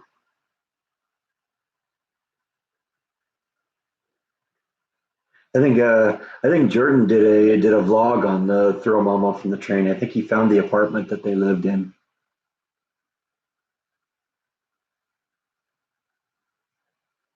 Yeah, Danny DeVito is awesome. I don't think I've ever seen Danny DeVito in something I didn't like him in.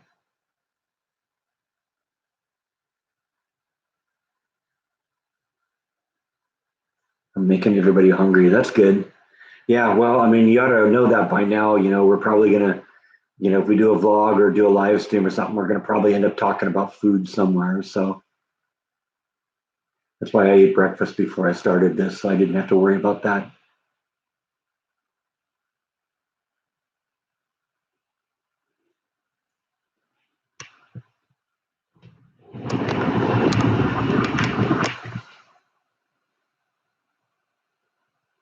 I've never really been that much into stuffed cabbage, so I don't know. It's something that I don't know if I do. That's one of the things. If I'm going to cook something, it's got to be something that it sounds like I'd like.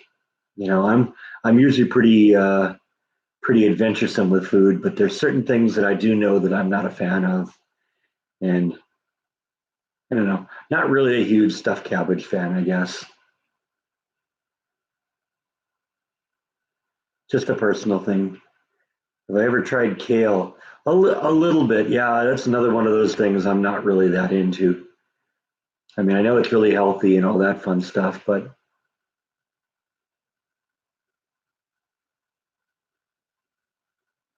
what do you think? Do you like kale? I know Flash likes kale because sometimes, we've gotten like, little decorative fruit displays or something like that, and they use kale for color.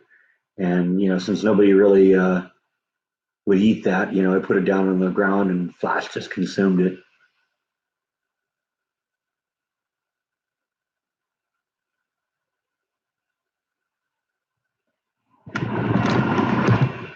Never tried stuffed grape leaves.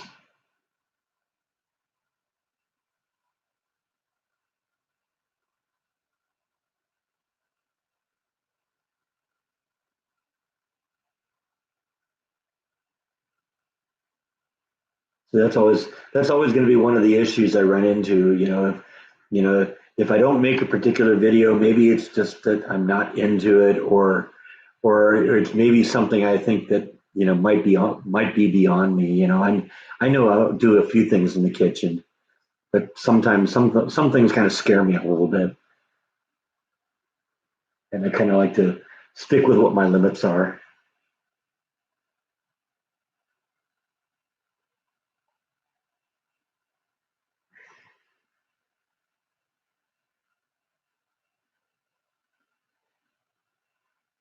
Yeah, I'm with you on liver too.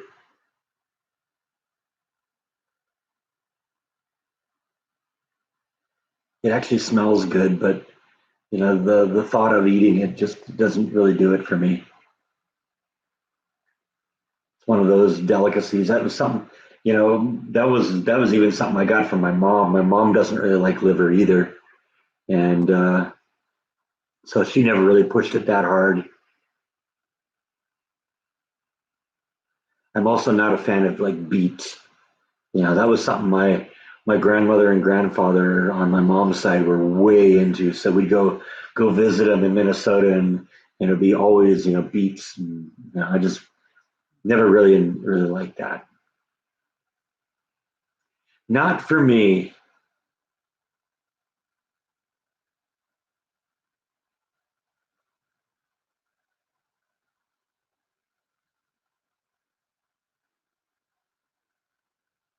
Well, you got something to say? All right, have your say.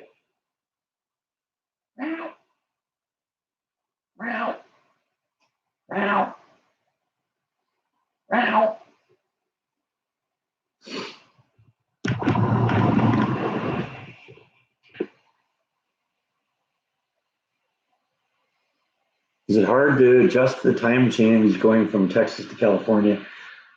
No, not really, because it's only 2 hours. And it turns out when I went to California this time, I just kind of stayed on Texas time.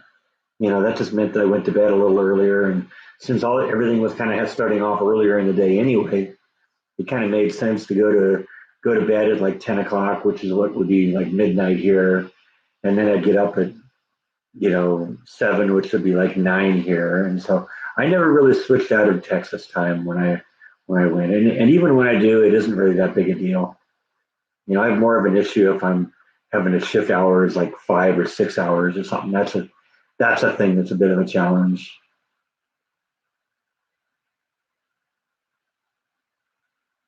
Yeah, I know, but there are times I think I'd rather eat shoe leather than liver.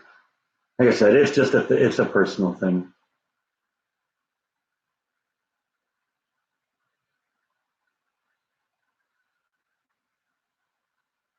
Never had chopped chicken liver.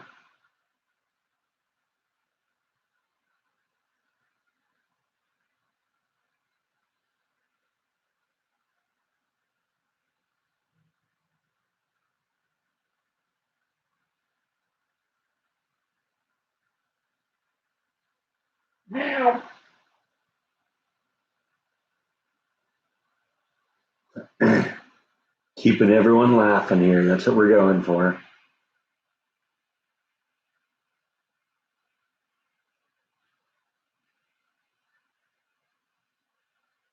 Yeah, I mean, you eat beef jerky. Beef jerky tastes like shoe leather too, but it's good. or has the consistency of shoe leather at least.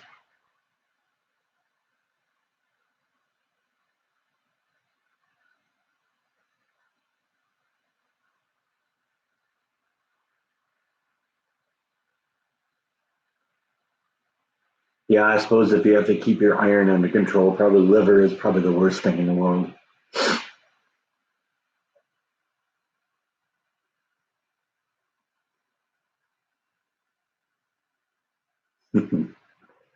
Dad used to say he would eat his own shoestring before he'd eat liver. Yeah, I don't know if I'm that far gone, but I mean, if it was a matter of starving to death or eating liver, I guess I'm gonna eat liver, but just not really into it. Oh yeah, jerky is good. Is good. Yummy, yummy, yummy.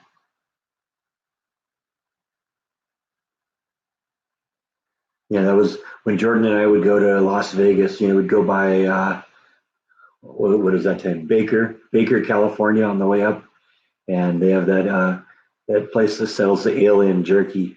That stuff is awesome. If you're ever in Baker, California, that place is worth a stop because you got that place and you got the world's largest thermometer. What more could you ask? Right there in Baker. So you ever get a chance to do that and you like good beef jerky, go in and check that place out because they got dozens of varieties of beef jerky. Really good stuff.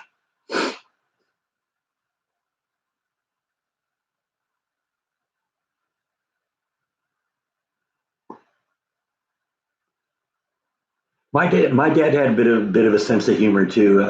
It was something he had to kind of grow into a little bit because early on, my dad and I weren't really that close together. But as I became an adult, then we started being more like friends. And when I was young, I was closer to my mom, and when I'm now that I'm older, once I got older, I got closer to my dad. And my dad actually had a pretty wicked sense of humor, but he kept it bottled up when we were young. About the only joke we'd get is when we were on a family vacation, he'd be out in the middle of nowhere on the road, and he'd just randomly honk the horn and or lay on the horn for a couple seconds. Why are you honking the horn? He says it's to scare away all the lions. And we always say, oh, there isn't a lion within a mile here. And he says, sure, it's good, doesn't it?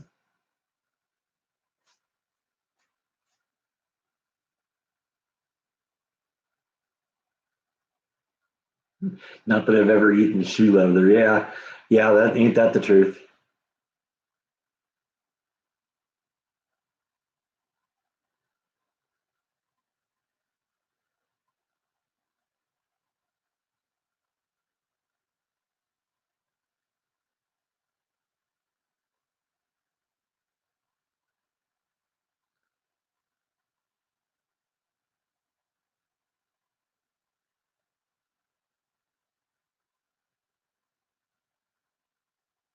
Shred beef jerky and spicy chili sauce. That doesn't sound bad. No, I think you're thinking Bakersfield. Bakersfield is up the hill from LA.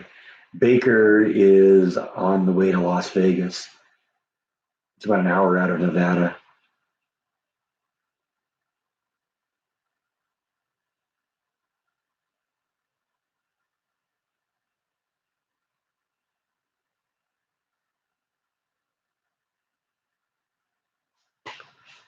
Yeah, I know. As I'm still kind of fiddling around with my eulogy for him, I keep coming up with new things I want to add to it. And I don't know. I'm going to get to the point where it's going to be a book, and then I'm going to have to sit there and edit a bunch of stuff out. You know, the truth is, I've been thinking about a eulogy for him for the last 6 months because the truth is, I knew it was coming. He was going downhill. He wasn't young. He was in the hospital a lot. And we just could not seem to get his blood chemistry under control. And he'd be home, and then he'd have to go back in and be in for a while, and then he'd go home, and he'd be back in again. And so I'd been thinking about the eulogy for a long time, and really hadn't put a single word on the paper. Uh, and then all of a sudden, my mom asked if I'd do one, and I said, well, it's going to depend on whether I can write something, whether I can come up with something. And then And then, of course, I did that video where I walked around Cameron Park and just kind of reminisced about it, and that really got the kind of juices flowing.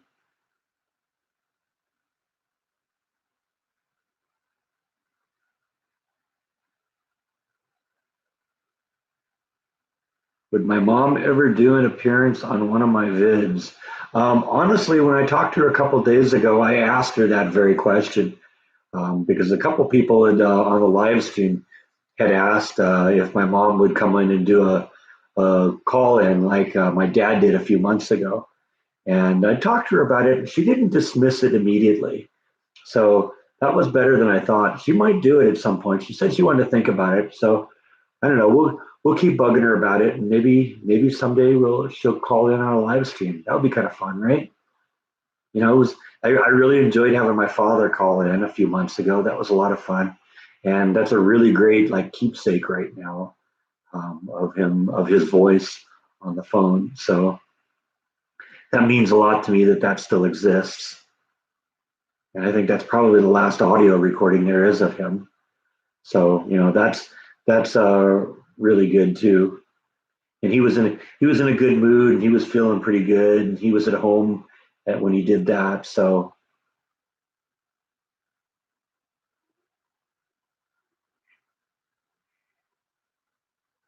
well, I would probably be really difficult to have as a dad because my jokes are sometimes so subtle people don't realize that it is a joke. I have kind of a dry sense of humor. I think it's because I watch an appalling amount of like Monty Python. But I could easily play the straight guy on like some comedy or something.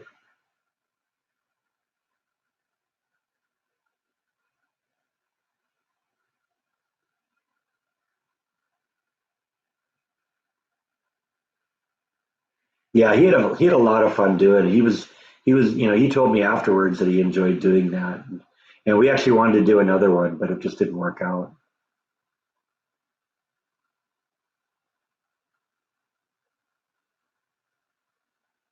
I've seen Flash on one of Jordan's earlier vlogs. Yeah, I mean Flash has been on a couple of his vlogs, but I don't think Flash has grown that much. I've known her. I've had her for I don't know 30, 35 years, and she hasn't grown. If she's grown since the time I've had her, I haven't seen it. So maybe it's just the way it looked on the camera or something.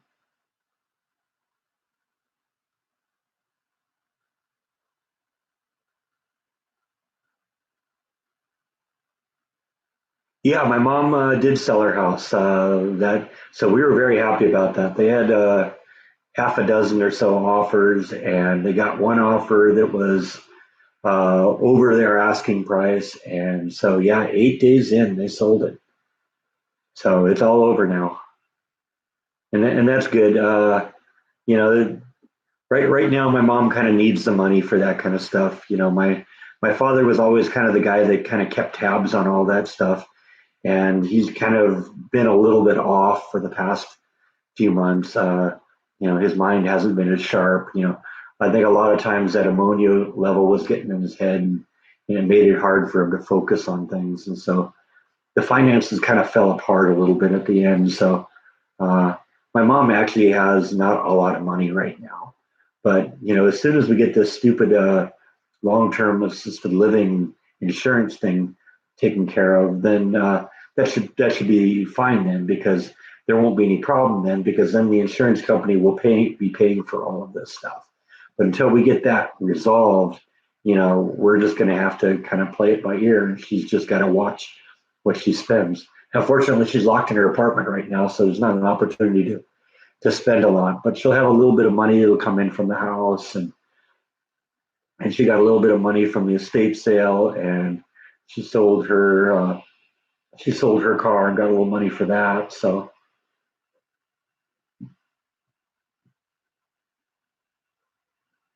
yeah, 8 days we were blown away. It took me longer. Well, actually, it took me about 2 weeks to sell mine.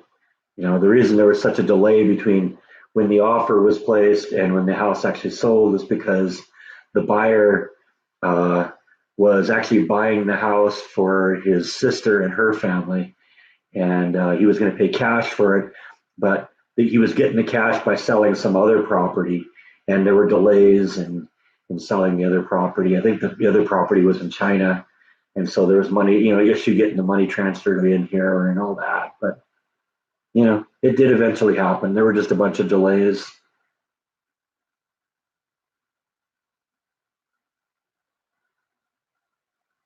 Yeah, Bishop, California. Yeah, I don't remember exactly where Bishop is, but I think it's up there north of LA. It's not one of those places I visited a whole bunch, but I know where Victorville is because I have a cousin who lives there, and I know where Baker is because Jordan and I have visited that place a couple times.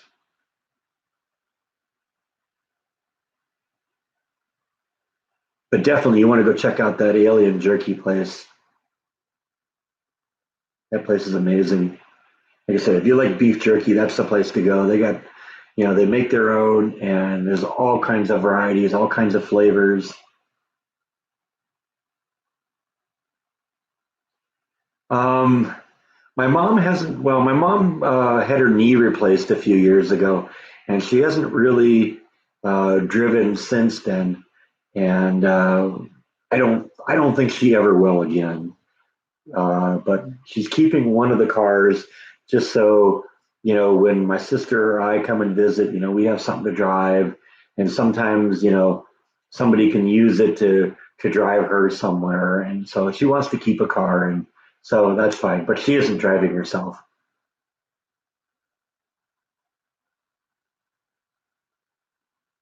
She has too much problem getting into and out of the car on her own. So if she has to get somebody to help her get into and out of the car, and there's nobody there, then she's not going to be able to drive. And if there is somebody to help her get in and out of the car, um, then that person will drive.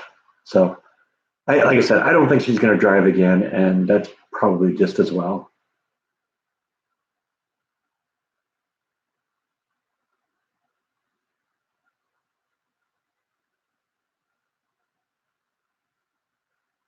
Yeah, well, my brother-in-law is a financial advisor, and he's pretty much dealing with it. And right now, the the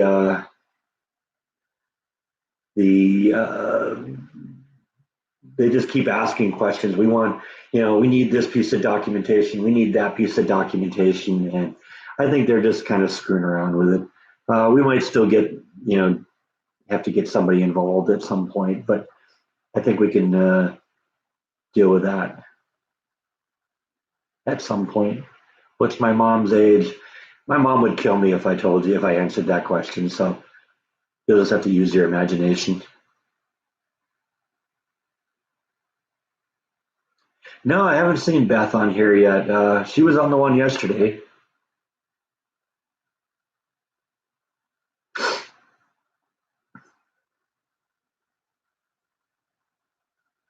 Yeah, my brother-in-law has been a miracle on all this because I don't know anything about any of this stuff, and I'd be chasing myself in circles, trying to figure out what to do about this and all that. So yeah, it's been really good to have him be a part of this because I mean he's been all of this. I mean he knows how to deal with these companies, and so he's the one that's calling the insurance companies and telling them to get their act together. Although he's not using the word act. You have to use your imagination here. We're trying to make this a family vlog, not even PG-13.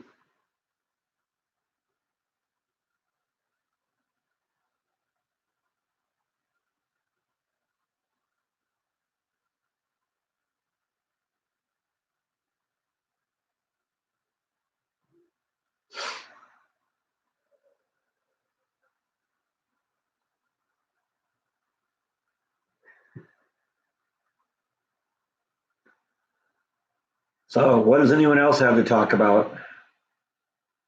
I got to run out after this today and get the tags updated on my car. I got to get a new registration. It's funny. I moved in and got tags for my car in May, but they're supposed to be good for a year, but they expire this year in April. So I don't know.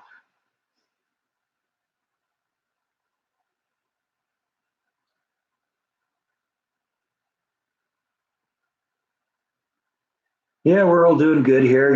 Coming to the end of this, but that's fine. We'll pick it up and do another one tomorrow. I got a few more minutes in me though. Have you ever seen Ghost Adventures? Yeah, I've seen a few of those. I think a lot of those are fake. I think these guys get in there and they freak out every time the house creaks, and that's just what it is. You get some old house, the houses creak. It doesn't mean that they're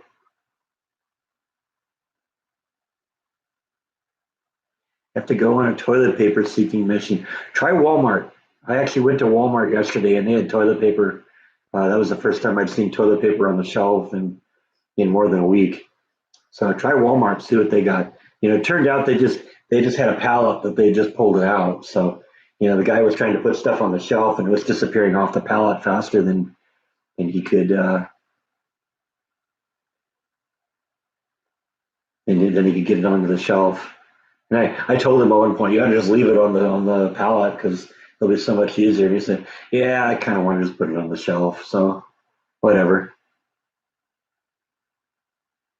Well, all I got to do for auto registration is get a vehicle inspection. So I'm going to go out and see if that's done. And everything else is done by mail. So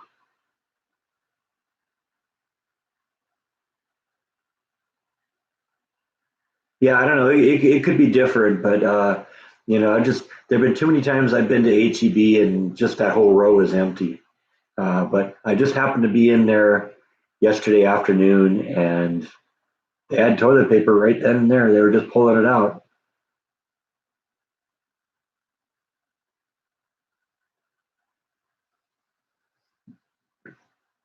Yeah, this whole virus thing. It's going to wind down.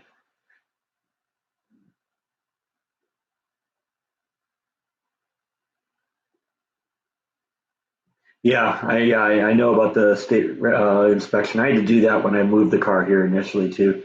Shouldn't be a problem though. The car's new. It's only about a year old. Yeah, they did mail it, but like I said, I have to go out and get the vehicle inspection done. It shouldn't be a problem though. It's a new car.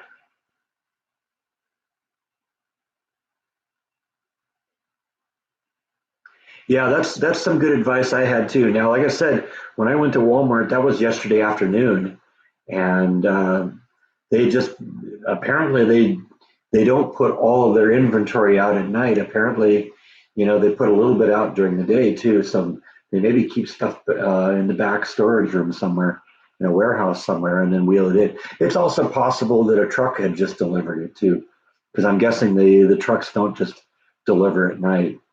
They may deliver throughout the day, especially with all the craziness that's going on now. But it should wind down here now. It's especially with everybody locking down in place. That's just going to mean fewer people are catching it, and if we can get this thing get past this point where everyone is out and about and contracting it to everyone else.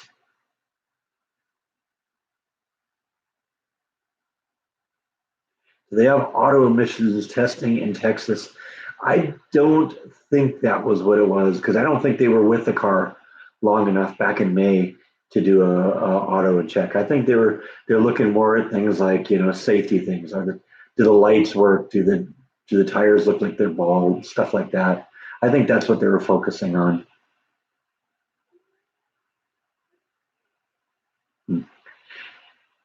Yeah, well, that's just going to be something you're going to have to get used to because in where I came from, a rubber scraper is a rubber scraper, and a spatula is made out of metal.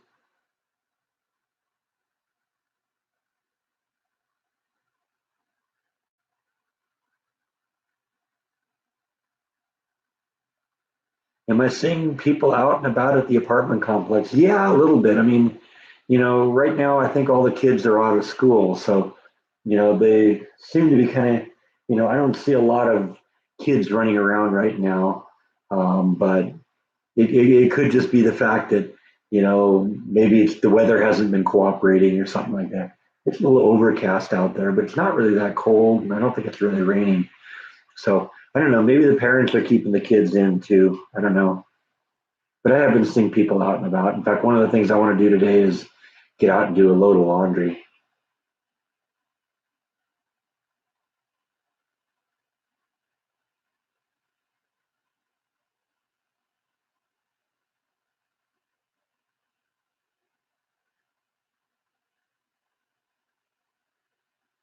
Yeah, we did smog tests all the time in California. That was every other year you had to do one of those, and those are expensive. One of the things I like about the vehicle inspections is that they're largely subsidized by the state. And so, I think you pay $5 or $10, and that's all it is for the inspection. And then I got to just got to pay for the tag and mail it in. We'll be good to go. You have anything to add, buddy? Huh? I haven't talked to you for a while, have we?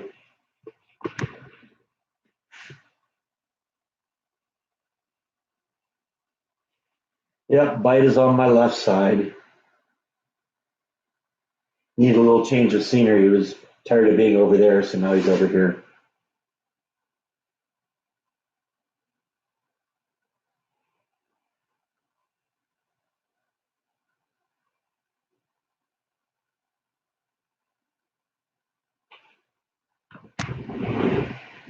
Yeah, I know. It's probably true. He's out and about now. He wants the treats.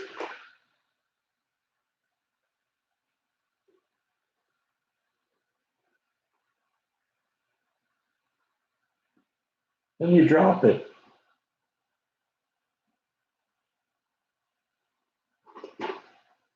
Here comes Nibble too. She wants some too. Let's see if we can get her on camera again here. We're coming to the end of our live stream here, so let's see if we can coax Nibble back into the shot. Yeah, here she comes. Come on.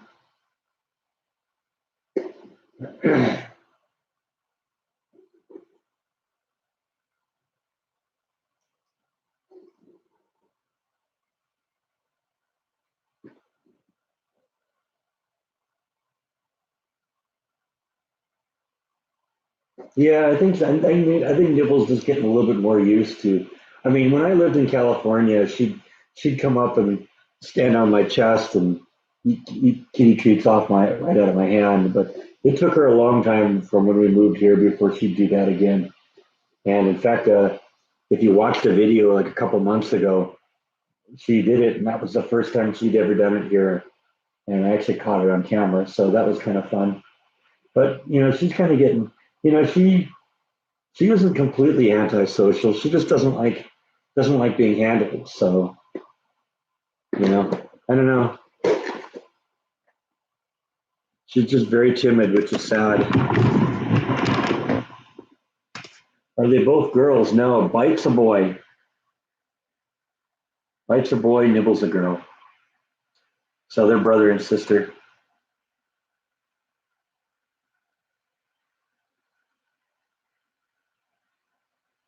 Yeah, Bite has definitely learned that the live streams are when the kitty treats are dished out. So and Nibble's figuring that out too. So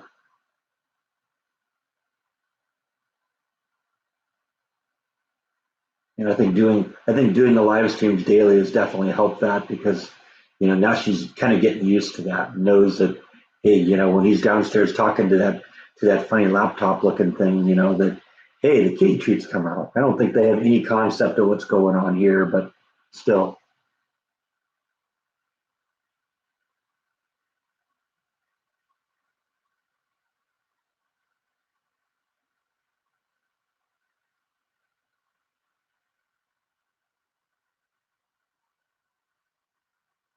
They've never had any problems getting up and down the shelves. I mean, it isn't really that big of a jump for them, because it's maybe a foot or 16 inches from one shelf to the next. They do that pretty well.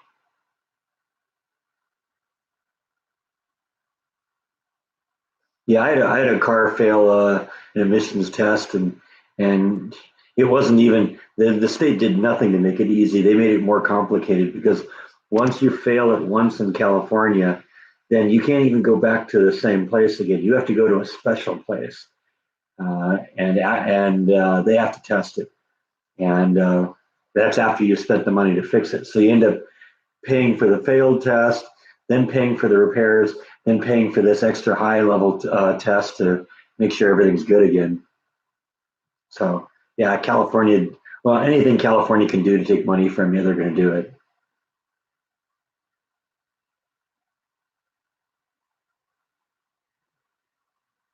Oh, that was Texas that helped do that. Okay, that's good. Good to know. Not that it should be a problem. Like I said, I have a brand new car right now. It's about a year old. I'm just leasing it. That's what I've been doing for the last couple of cars. I just lease them. So you get them for 3 or 3.5 years, and then you turn it in, and it's someone else's problem. Put a lot of mileage on it in the first couple months because we drove all the way to Texas, but ever since then, it's just not being driven that much.